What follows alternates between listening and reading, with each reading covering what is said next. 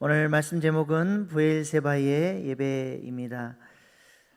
얼마 전 교회 하수구 공사를 하면서 그 화단에 나무 두 그루를 이렇게 일주일간 뽑아놨습니다. 그리고 공사를 마무리하고 다시 나무를 심었는데 거의 죽은 나무처럼 모든 나뭇잎들이 다 시들어 버려서 다시 심으면서도 이 녀석들이 살아날 수 있을까 염려가 됐습니다.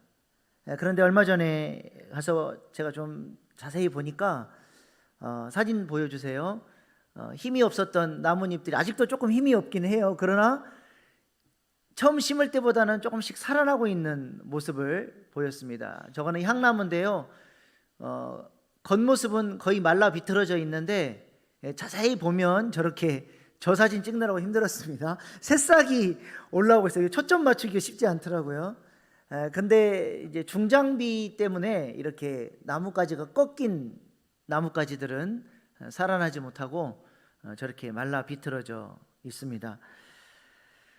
우리의 인생도 마찬가지인 것 같습니다. 주님 앞에 잘 붙어 있으면 생명력 있게 우리의 내면 세계가 자라나고 열매 맺는 삶을 살지만 우리의 관계가 단절이 되고 주님과의 교통이 안 되면 우리의 영혼은 말라 죽게 되는 것이죠. 실물 교육을 위해서 마른 나뭇가지를 떼지 않고 그대로 붙여놨습니다. 예배 끝나시고 나가시면서 꼭 나무 한번 확인하시면서 나는 주님께 잘 붙어있는 가지가 돼야지 한번 묵상하실 수 있기를 바랍니다. 오늘 본문의 야곱은 이렇게 말라 비틀어진 나뭇가지처럼 아무런 소망도 없이 끼니나 걱정하면서 이제 죽을 날만 바라보는 그런 시든 나무 가지 같은 할아버지로 살아가고 있었습니다. 그런데 그런 그에게 요셉이 살아있다라는 기쁜 소식이 들려지게 되죠. 늙고 기운 없었던 야곱은 요셉이 살아있다는 소식 때문에 기운이 솟게 됩니다. 한번 같이 읽겠습니다. 그들이 또 요셉에게 자기들에게 부탁한 모든 말로 그에게 말하매 그들의 아버지 야곱은 요셉이 자기를 태우려고 보낸 수레를 보고서야 기운이 솟한지라. 죽은 줄로만 알았던 아들이 살아있는 정도가 아니라 애굽의 총리가 되었다라는 소식, 그리고 그 총리가 된 요셉이 온 가족을 VIP로 애굽으로 초청했다고 하는 소식을 듣게 됩니다. 이 얼마나 기쁜 소식입니까? 시들시들했던 야곱이 요셉의 소식으로 인해 새로운 소망이 생기니까 젊은 날의 야곱처럼 소생케 되고 열정으로 가득 찬 모습으로 변화되게 됩니다. 그리고 아들 만날 준비를 했을 것입니다. 아들이 애굽의 총리씩이나 됐는데 늙은 촌뜨기 할아버지로 갈 수가 없으니 목욕탕에 가서 목욕도 하고 이발도 멋지게 하고 좋은 옷으로 갈아입고 아들을 만나기 위해서 여러 가지 준비를 하면서 그동안 아껴놨던 정관장 홍삼도 챙겨 먹고 머나먼 길을 떠날 준비를 지금 야곱이 하고 있는 것입니다. 그래서 신이 나서 요셉을 보기 위해서 애굽으로 향해 출발을 합니다. 그런데 출발을 하고 점점 가나안 땅의 경계에 가까워져 가면서 야곱의 마음속에 두려움이 생기기 시작합니다. 어떤 두려움입니까? 하나님과의 약속을 지금 자기가 어기는 것은 아닌가 하는 생각이 들었습니다. 무슨 약속입니까? 하나님께서 할아버지에게도 아버지에게도 자기에게도 했던 이야기가 뭐예요? 약속의 땅에 머물라는 거예요. 근데 지금 아들을 보기 위해서 애굽으로 가는 것은 약속의 땅을 떠나는 것이잖아요. 할아버지 아브라함을 한번 생각해 보시기 바랍니다. 갈대아 우르에서 하나님께서 아브라함이 나타나셔서 그에게 하나님이 지시하신 땅으로 가라고 말씀합니다. 우여곡절 끝에 하란을 거치고 가나안 땅에 들어왔어요. 말씀대로 순종하면 인생이 형통해야 될 거 아닙니까? 약속의 땅에 들어왔더니 기근이 든 거예요. 그래서 불순종하며 약속의 땅을 버리고 애굽 땅으로 도망가게 됐습니다.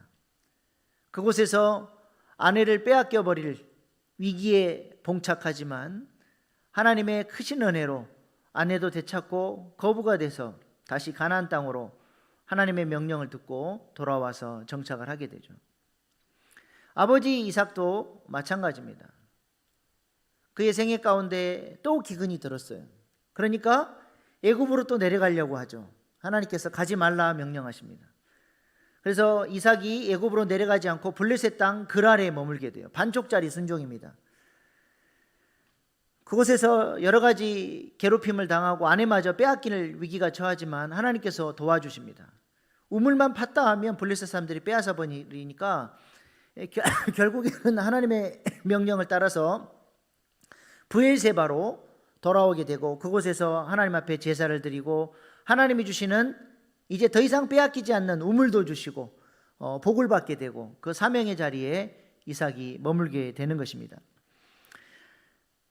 할아버지도 그렇고 아버지도 그렇고 똑같은 메시지가 뭐예요? 기근이 들어도 애굽으로 내려가면 안 된다는 거예요. 왜 내려가면 안 됩니까? 하나님의 약속을 신뢰하고 하나님을 의지하며 살아야 된다는 것입니다. 그래서 이사야 선지자는 애굽에 대해서 이렇게 말씀합니다. 이사야 31장 1절 말씀 같이 읽겠습니다. 시작.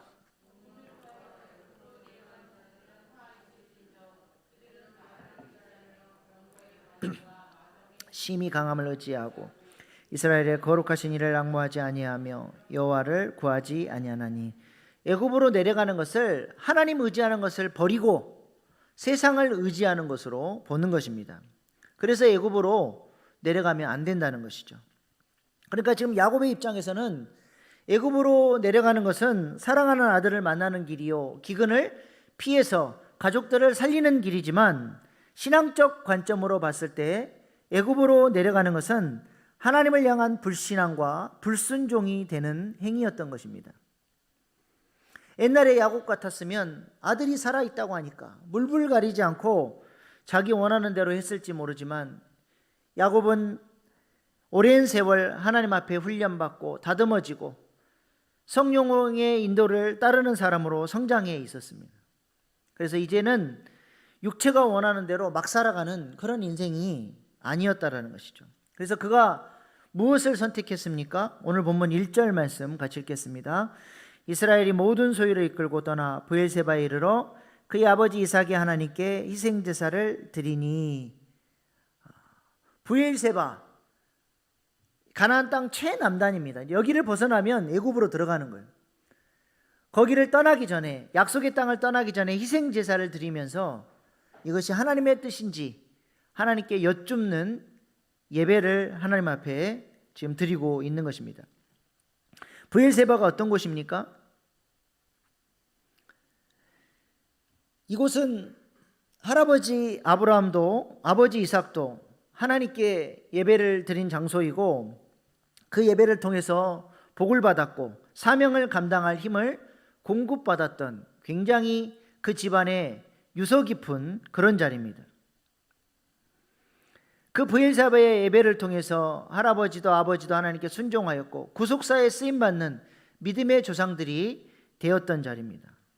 그 믿음의 유산이 이제 그대로 야곱에게로 흘러가서 야곱도 브엘세바에서 하나님 앞에 지금 예배를 드리고 있는 것입니다.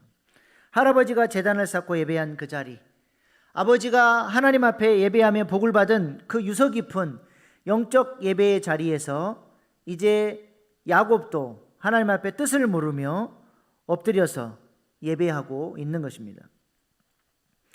우리에게도 이런 브엘세바와 같은 아름다운 믿음의 유산이 우리 가정 가운데 흘러갈 수 있기를 소망합니다. 힘들고 어려울 때 무엇인가 하나님의 뜻을 물으려고 할 때 하나님 앞에 엎드려 예배하며 하나님의 도우심을 받고 그 뜻대로 순종하는 모습을 우리 자녀들에게 보여줌으로써 우리의 자녀들도 이러한 예배자들로 세워줄 수 있기를 소망합니다. 우리 일신교회 재단에서 여러분들이 그런 예배를 드릴 수 있기를 소망합니다. 여러분의 그 예배가 이제 우리 자녀들에게로 흘러가서 일신교회 재단을 섬기고 예배하는 그런 믿음의 유산이 여러분의 가정 가운데 있기를 바랍니다. 야곱은 이렇게 믿음의 유산을 따라서 하나님 앞에 예배자로 서게 되죠. 근데 이 야곱이 정말 놀라운 신앙적 결단의 모습을 오늘 본문 말씀에서 우리에게 보여주고 있습니다. 23년 만에 꿈에도 그리던 아들을 보러 달려갔는데 지금 이 예배를 통해서 야곱의 결단은 뭐예요? 내가 애굽으로 내려가는 것이 하나님의 뜻이 아니라고 한다면 멈춰 서겠다는 것입니다. 이러한 결정을 누가 이해할 수 있겠습니까? 아직 대기근이 5년이나 남아있고 요셉이 지금 VIP로 온 가족을 애굽으로 초청을 했는데 야곱이 갑자기 못 가겠다고 한다면 23년 만에 아버지를 만나기 위해서 설레는 마음으로 아버지를 초청한 요셉은 얼마나 서운할 것이며, 또 다른 가족들은 이제 기근이 5년이나 남았는데 아버지가 도대체 왜 이러시나, 그 아버지의 결정을 이해할 수 있겠습니까? 그러나 야곱에게는 23년 만에 사랑하는 아들을 다시 보는 것보다도 기근 속에서 온 가족을 살려내는 일보다도 더 중요한 일이 있었다는 것입니다. 아버지가 해야 할 의무가 무엇입니까? 사랑하는 가족들을 돌보고 먹여 살리고 사랑하는 것이 아버지의 의무이죠. 이것이 인류 보편적인 윤리입니다. 그러나 이러한 윤리를 따르는 것보다도 더 중요한 일이 있다는 것입니다. 그것이 뭐예요? 바로 하나님의 명령을 따르는 것입니다. 그래서 때때로 하나님의 뜻을 따르기 위해서 인류 보편 가치인 윤리를 저버림으로써 사람들로부터 비난받을 수도 있고 사람들로부터 이해를 못 받을 수도 있습니다. 그러나 그럼에도 불구하고 가야 할 길이 있다는 것입니다. 예를 들어서 사사기에 등장하는 입다를 한번 생각해 보시기 바랍니다. 암몬 자손으로부터 민족을 구하기 위해서 입다가 무엇을 희생했습니까? 민족을 구하기 위해서 자신의 딸을 희생시켰습니다. 민족 구원이라는 대의를 위해서 딸을 사랑해야 하는 아버지의 윤리를 저버렸습니다. 이러한 입다의 행위는 마치 이런 것과 같습니다. 탈북민들이 중국으로 도망가기 위해서 살금살금 여러 명이 국경을 지금 통과하는 그 긴박한 상황, 경비병들에게 들키면 이제 모두가 죽어야 되는 그 상황 속에서 조심스럽게 지나가는데 갑자기 한 아이의 품에 있던 아이가 울기 시작합니다. 이 소리가 커지면 이제 모두는 다 죽을 상황 속에서 엄마는 다른 사람들을 살리기 위해 아이의 입을 틀어막게 되죠. 그렇게 되면 다른 사람들을 살릴 수는 있지만 사랑하는 자신의 아이는 질식해서 죽게 됩니다. 모두가 아이는 죽었지만 국경을 무사히 빠져나간 다음에 엄마를 위로하며 당신의 그 큰 희생 때문에 우리가 살았다라고 박수를 쳐주게 되죠. 이런 사람들을 비극적 영웅이라고 부르죠. 비극적 영웅. 입다도 마찬가지고 이 아이의 엄마도 마찬가지입니다. 부모로서의 윤리는 저버렸지만 많은 사람들을 살려냈기 때문에 사람들이 그 희생에 감사하며 박수를 쳐주는 것입니다. 그런데 오늘 본문 말씀의 야곱의 행동, 모리아 산에서 자신의 아들을 바쳤던 아브라함의 행동, 사랑하는 아들을 보는 것을 멈추고 대기근 속에서 가족들을 건져내는 일을 멈추는 이 사건은 어느 누구도 박수 쳐주는 사건이 아닙니다.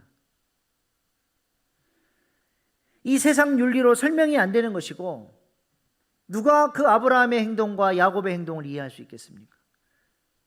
이 사건이 9시 뉴스에 나왔다고 생각해 보시기 바랍니다. 사람들이 뭐라고 생각하겠습니까? 종교적 광기 때문에 아들을 칼로 잡으려고 했던 아버지, 종교에 미쳐서 23년 만에 볼 수 있는 아들을 안 보겠다고 거절을 하고 대기근 속에 자신의 가족들을 굶어 죽이는 아버지, 누가 그 아버지의 행동을 이해할 수 있겠습니까? 그러나 이러한 윤리적 기준을 넘어서는 절대적 명령이 있기 때문에 그들은 그 길을 갈 수밖에 없습니다. 누구도 박수 쳐주지 않고 이해해주지 않아도 반드시 그 길을 가야만 하는 것입니다. 유다의 며느리 다말을 생각해 보시기 바랍니다. 시아버지를 속여서 아들을 낳는 행위가 윤리적으로 허용되는 행위입니까? 그러나 그럼에도 불구하고 다말은 그 길을 가야 했고 유다는 며느리 다말을 불태워 죽이려고 했습니다. 그러나 후에 이것이 하나님의 뜻인 것을 알고 유다는 다말에게 내 행위가 옳다라고, 영적인 눈으로 보니까 이것은 윤리적으로 말이 안 되는데 다말 내 행위가 하나님 앞에서 옳은 행동이었다라고 인정해 줄 수밖에 없었습니다. 왜 그렇습니까? 그것이 바로 구속사를 이루기 위한 선택이었고 순종이었고 갈망이었기 때문입니다. 그러므로 야곱이 브엘세바에서 멈춰선 이유가 무엇입니까? 누구도 이해할 수 없지만 그것이 하나님의 뜻이라면, 구속사를 이루는 일이라면 모든 것을 내려놓고 약속의 땅에 머물겠다라고 하는 거룩한 결단이었다는 것입니다. 그래서 희생의 피를 흘리는 제사를 통해서 자신도 그 희생 제물과 함께 죽는 거예요. 어찌 아들을 안 보고 싶겠습니까? 그러나 자신의 모든 갈망, 육체적인 소망들, 피 흘려 죽는 희생 제물과 함께 자신도 함께 죽으면서 이제 저는 하나님 앞에서 온전히 죽은 자요, 하나님께서 원하는 뜻대로만 살아가는 자로 살겠습니다라고 하는 희생 제사를 하나님 앞에 올려드린 것입니다. 하나님 뜻에 온전히 순복하겠다는 것입니다. 그러므로 야곱의 예배는 입으로만 하나님을 사랑한다고 고백하는 예배가 아니라 순종을 통해서 자신의 몸을 산 제물로 드리는 예배였다라고 하는 것입니다. 우리의 예배를 한번 돌아보시기 바랍니다. 우리의 예배는 어떤 예배입니까? 삶의 순종으로 어느 누구도 이해해 주지 않아도 이것이 하나님의 뜻이고 하나님 앞에 결단했던 말씀이기 때문에 나는 이 길을 반드시 가야 한다라고 걸어가는 그런 산제사의 예배를 드리고 계십니까? 우리가 한 주에 한 가지만이라도 예배를 통해서 결단하고 그것을 내 삶의 순종으로 가져올 수 있다고 한다면 1년 52주, 내 생애 가운데 1년 안에 52가지의 놀라운 변화들이 나타나는 거예요. 완전히 다른 인생을 살게 되는 것입니다. 키에르케고르라는 덴마크 유명한 실존주의 신학자가 있습니다. 제가 이 사람을 참 좋아합니다. 이분이 진정한 그리스도인은 하나님의 말씀에 순종하면서 그 존재가 주님 닮아가는 모습으로 성장해가는 존재가 진짜 그리스도인이라고 강조했습니다. 어떤 사람이 진짜 그리스도인이라고요? 하나님의 말씀을 순종하는 사람. 그래서 그의 삶 속에서 계속해서 주님 닮아가는 모습들이 나타나는 사람. 생명이 있으면, 그리스도와 생명이 연결되어 있으면 살아나게 되어 있는 거예요. 나뭇가지처럼 붙어 있으면 열매 맺고 살아나는 겁니다. 그래서 키에르케고르는 그의 글 속에서 행함을 늘 강조합니다. 야고보서를 굉장히 사랑하고 야고보에서의 글을 많이 인용을 합니다. 당시 그가 활동하던 덴마크 사회는 모두가 그리스도인이라고 고백하는 기독교 사회였습니다. 당시 덴마크에는 루터 교회가 주류를 이루고 있었는데 루터 교회는 은혜를 많이 강조하죠. 믿음으로 구원 얻는다라고 하는 교리. 은혜를 많이 강조하다 보니까 행위를 강조하는 야고보서 같은 것은 쓰레기 복음으로 여기며 별로 행함에 대한 강조가 없었습니다. 하나님 앞에서 올바른 삶은 무시하고 은혜만 강조하다 보니까 그리스도인들이 방종하였고 그리스도 안에서 삶의 순종과 아름다운 열매들을 내놓지 못하고 있었습니다. 이런 덴마크 교회를 향해서 키에르케고르는 행함이 없는 믿음은 가짜라고 강하게 선포했던 것입니다. 그리고 이러한 글로 당시 교회의 모습을 비판했습니다. 어느 나라 왕이 백성에게 어명을 내렸습니다. 그리고 각 고을의 관리들은 곳곳에 어명을 적은 방을 붙였습니다. 그리고 관리들이 그 어명의 의미를 설명해 주겠다고 그 어명 밑에다가 각주를 달기 시작했습니다. 주석을 단 것이죠. 이 명령의 의미가 무엇이고 어떤 배경 속에서 나온 것이며 이런 방식으로 해석을 해야 옳다라고 주석을 달기 시작했죠. 이 관리가 떠나고 나면 그 다음 관리가 와서 그 주석 밑에 또 주석을 달아요. 그래서 어명은 몇 자 안 되는데 주석은 큰 두꺼운 책이 된 겁니다. 그리고 관리들은 백성들에게 이 주석서를 공부하지 않으면 너희들은 하나님 어명을 모르는 죄인들인 것처럼 그렇게 취급을 하였습니다.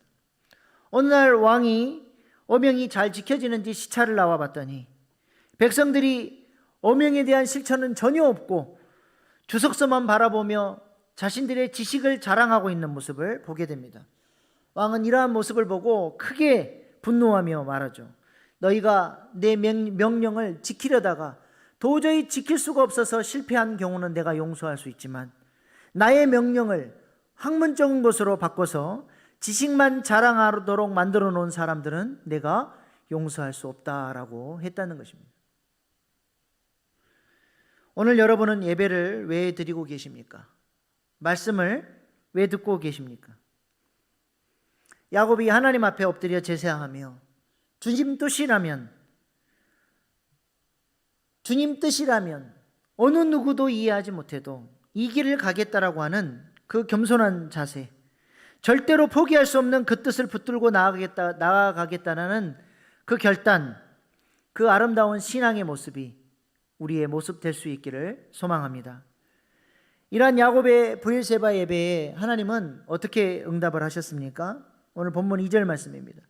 그 밤에 하나님이 이상 중에 이스라엘에게 나타나 이르시되 야곱아 야곱아 하는지라. 야곱이 이르되 내가 여기 있나이다 하매 하나님이 야곱아 야곱아 부르셨습니다. 그리고 야곱은 내가 여기 있나이다 응답을 하게 되죠.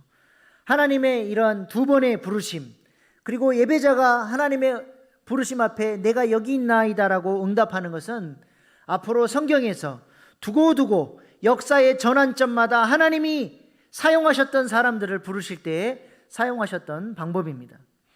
아브라함도 모리아산에서 이삭을 바칠 때 하나님께서 아브라함아 아브라함아 부르셨죠. 아브라함이 하나님 제가 여기 있습니다 응답함으로써 천하 만민이 너로 말미암아 복을 얻게 되는 믿음의 조상이 될 것이라고 하는 약속을 받게 됩니다.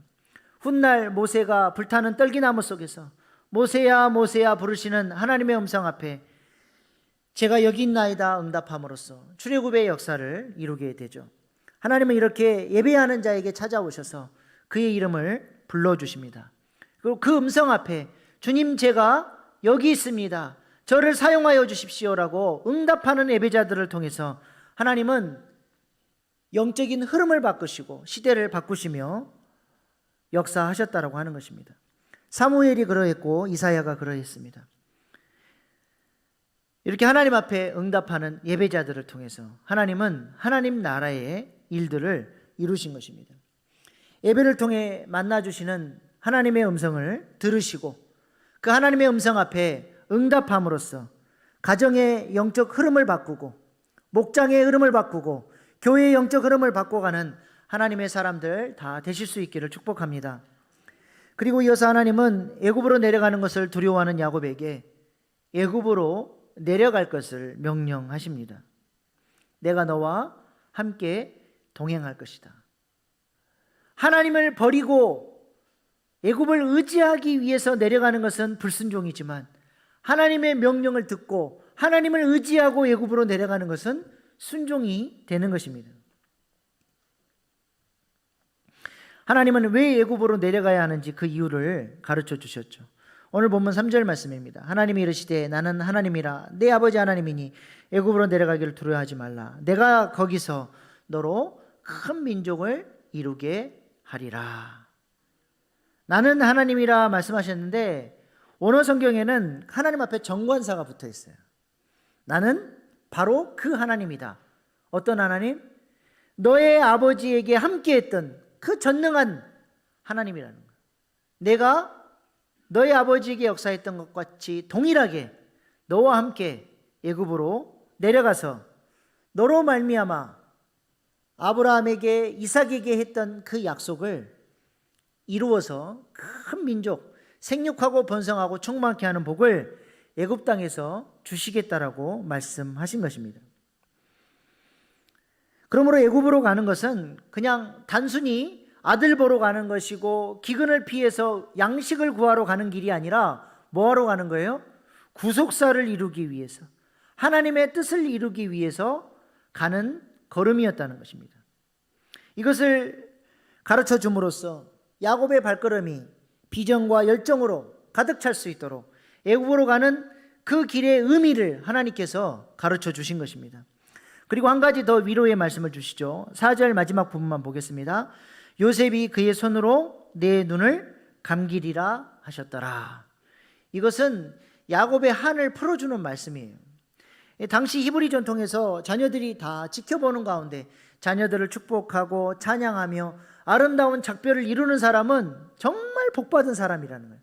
그러나 자녀들을 먼저 앞세우고 떠나보낸 부모는 수치와 큰 슬픔을 경험합니다. 근데 지금 야곱은 23년 동안이나 요셉이 죽은 줄로 알고 큰 슬픔 가운데 살지 않았습니까? 요셉이 살아있다라는 소식을 들었을 뿐만 아니라 하나님이 바로 사랑하는 아들이 내 눈을 감기울 것이다 라고 하는 이 약속은 얼마나 감사한 이야기인지 모릅니다. 몇 주 전에 저희 친한 선배 목사님 아버지가 돌아가셨는데 그 돌아가셨던 그 마지막 모습을 들었어요. 이제 곧 돌아가시기 몇 시간 전까지 자녀들과 대화하고 축복하고 내가 이제 곧 천국에 가니까 나중에 만나자고 부의하고 몇 시간 뒤에 돌아가실 분이 부의하고 사진 찍고 세상에 그렇게 아름다운 작별을 하고 떠나셨다는 거예요. 얼마나 아름다운 죽음입니까? 우리가 하나님 앞에서 이런 작별을 할 수 있게 달라고 기도할 수 있기를 소망합니다. 야곱에게 하나님이 그 약속을 지금 하고 계시는 거예요. 복된 죽음을 맞이하게 될 것이다. 마지막까지 의식이 있어서 자녀들을 축복하고 자녀들과 아름다운 작별을 하고 떠나게 될 것을 이야기해 주신 것이죠. 우리의 마지막 모습이 이럴 수 있기를 축복합니다. 이 약속을 받고 나니까 그 불안했던 야곱의 마음이 그렇게 편안해진 거예요. 자기가 어떻게 죽을지, 왜 애굽으로 가야 되는지 하나님께서 다 열어 보여주셨습니다. 예배하는 자에게 하나님은 이렇게 당신의 마음을 열어 보여주시는 것입니다.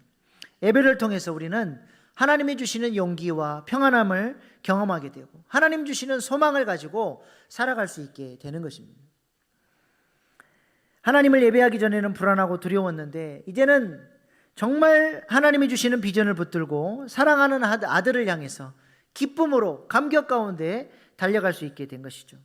우리도 이 좋으신 하나님을 예배하며 인생의 고비마다 하나님이 주시는 복을 누릴 수 있는 저와 여러분 되기를 소망합니다. 이제 야곱은 용기와 비전을 가지고 애굽으로 향하게 되었고 꿈에도 그리던 요셉을 만나게 됩니다. 마지막으로 29절 30절 말씀만 보겠습니다. 요셉이 그의 수레를 갖추고 고센으로 올라가서 그의 아버지 이스라엘을 맞으며 그에게 보이고 그의 목을 어긋맞춰 안고 얼마 동안 울매 이스라엘이 요셉에게 이르되 내가 지금까지 살아있고 내가 내 얼굴을 보았으니 지금 죽어도 족하도다. 23년 만에 부자상봉의 모습입니다. 얼마나 눈물 나는 광경입니까? 여기서 얼마 동안 울었다라고 되어 있는데 원문에서는 오랜 시간 울었다. 오랜 시간 아버지를 끌어안고 사랑하는 아들을 끌어안고 그렇게 모든 상처가 녹아내리는 그런 감격스러운 눈물을 흘리며 끌어안은 것입니다. 요셉이 죽은 줄로 알았을 때 그 요셉의 마음이 야곱의 마음이 얼마나 힘들었겠습니까? 밥을 먹어도 모래알 씹는 것 같고 하루도 편하게 잘 수가 없었을 것 같아요. 그런데 하나님께서 은혜를 주셔서 인생 막바지에 이렇게 놀라운 은혜를 주시고 이제 죽어도 한이 없다 할 만큼 하나님께서 복의 복을 야곱에게 쏟아 부어 주신 거예요. 그래서 야곱의 마음속에서 얼마나 깊은 감사와 기쁨과 감격의 찬양이 터져 나왔겠습니까? 하나님은 예배하는 믿음의 사람들에게 이러한 복을 주시는 줄로 믿습니다. 하나님을 예배하고 그 뜻에 순종했더니 이 놀라운 감격과 기쁨과 위로를 누리게 해 주신 것입니다. 우리의 예배가 야곱의 예배 되어질 수 있기를 소망합니다. 우리도 예배자로 살아감으로써 야곱이 누렸던 이 놀라운 복이 우리의 복 될 수 있기를 소망합니다. 오늘 말씀 준비하면서 생각이 난 시가 하나 있습니다. 이 시를 읽고 오늘 말씀 마치겠습니다. 고은 목사님의 그날 같은 하루를 날마다 살고 싶다. 죽은 줄 알고 20년 가슴에 묻은 아들 총리되어 나타날 때 이제 나는 죽어도 가하도다 감격하고 하루 종일 울었던 야곱과 요셉의 그날 같은 하루. 말씀이 있어 외아들 밭으로 모리아산 올라 아들 가슴에 꽂는 순간 아브라함아 이제야 내가 나를 경외하는 줄 알았다 하시며 칼 빼앗으시고 야외 일에 복 내리신 아브라함과 이삭의 그날 같은 하루. 세상으로 나가 타락하여 허랑방탕하다 거짓골로 아버지 집에 돌아와 아들로 받지 말고 품꾼으로 받아달라고 눈물로 회개하여 잃어버린 것보다 더 많은 것을 아버지에게 다시 받은 탕자의 그날 같은 하루. 믿는 자 핍박하러 갔던 다메섹에서 주님 만나 거꾸러져 육의 눈 멀고 영의 눈 떠 세상 모든 것 배설물로 여기고 이방인의 사도가 된 바울의 그날 같은 하루. 실패한 사업장에 찾아오신 주님 영접하고 말씀에 의지하여 깊은 곳에 금을 던졌다 만선의 기적 보고 회개하며 모든 것 버려두고 주님 따랐다 대사도가 된 갈릴리 베드로의 그날 같은 하루. 죽어 썩어 장사된 지 나흘 된 무덤에 주님 찾아와 나사로야 일어나라 하심에 시체가 살아나 온 세상 다니며 많은 사람을 주님께 돌아오게 했던 다시 산 나사로의 그날 같은 하루. 너희 중에 죄 없는 자가 돌을 던지라 말씀으로 생명 건지시고 가서 다시는 죄를 범치 말라는 말씀으로 가늠하다 현장에서 잡힌 창녀 같은 여자 성녀로 변화시킨 그날 같은 하루를 날마다 살고 싶다. 오늘의 예배가 우리에게 이러한 그날 같은 하루를 살아내는 능력이 될 수 있기를 소망합니다. 인생이 불안하고 의미가 없고 열정이 없으십니까? 하나님을 왕으로 높이는 예배자 되시기를 바랍니다. 야곱에게 주셨던 그 놀라운 기쁨과 열정, 그 위로하심이, 그 복이 바로 우리의 복이 되리라 믿습니다. 그 믿음의 유산이 자자손손 흘러서 우리 자녀들에게 흘러가고 우리의 자녀들도 이런 예배자가 되는 아름다운 믿음의 가정을 세워나가는 저와 여러분 될 수 있기를 축복합니다. 마지막으로 이기복 목사님의 간증을 듣고 오늘 말씀을 마치겠습니다. 저희 시어머님이 50살에 중풍에 걸려서 거의 30년을 중풍으로 사셨습니다. 오른쪽이 다 마비되고 움직이지 못하시니까 집에서 휠체어 타고, 그런데 돌아가신 다음에 보니까 창세기부터 계시록까지 6번 반을 필사를 하셨습니다. 삐뚤 8자녀에게 주려고 8번 하려다가 못 하셨어요. 제가 뭘 아시고 쓰세요? 그러면 모른다 그러셔서 나는 무식하다. 그런데 입만 열면 지혜의 말씀을 전하셨습니다. 때로는 무식할 수 있었지만 그렇게 성경을 읽으며 곡조 안 맞는 찬송가를 불렀던 우리 어머님, 그분이 우리에게 남겨주신 건 큰 겁니다. 자녀를 향한 참사랑이 뭡니까? 여러분은 어떤 것을 남겨주시겠습니까? 이 세상에서 깨끗한 영혼으로 하나님이 자기를 향한 뜻과 계획을 분별하고 그 비전을 따라가며 하나님의 음성을 들으며 하나님의 말씀이 심어져 있어서 어려울 때 그 말씀을 끄집어내서 다룬다면 그 아이한테 꿈 가져라 비전 가져라 할 필요 없습니다. 어느 한 사람 한 사람도 그냥 태어난 사람은 없습니다. 하나님이 그 아이를 향한 계획이 있고 목적이 있는데 우리의 자녀를 향한 하나님의 목적은 뭘까? 어떻게 시작할까? 우리 자녀들은 우리를 통해 하나님 아버지를 느끼고 알 수 있어야 됩니다. 여러분의 영혼은 어떠합니까? 여러분의 생각은 무엇으로 가득 차 있습니까? 교회 다닌다고 다 크리스찬이 아닙니다. 주일날 나서 예배만 드리고 세상에서는 세상 법으로 사는 거 아닙니다. 정말 예수 믿는 것은 결단입니다. 말씀을 먹어야 됩니다. 우리부터 엄마가 말씀을 아침에 읽는 모습을 보이고 중보기도 하는 모습을 보면 애들은 따라합니다. 엄마가 뭘 결정하더라도 하나님한테 여쭤보자. 하나님의 음성을 듣자. 그렇게 부모가 산다면 우리 아이들은 부모를 공경하고 사랑하고 그렇게 살 수 있지 않겠습니까? 어렵지만 결단하십시오. 여러분이 정말 말씀을 오늘부터 먹기로 작정하시고 암송하고 분별하고 그럴 수 있다면 자녀들은 보고 배울 것입니다. 우리가 먼저 하나님께 순종하는 모습을 보이고 기도하는 모습을 보일 수 있기를 바랍니다. 기도하겠습니다.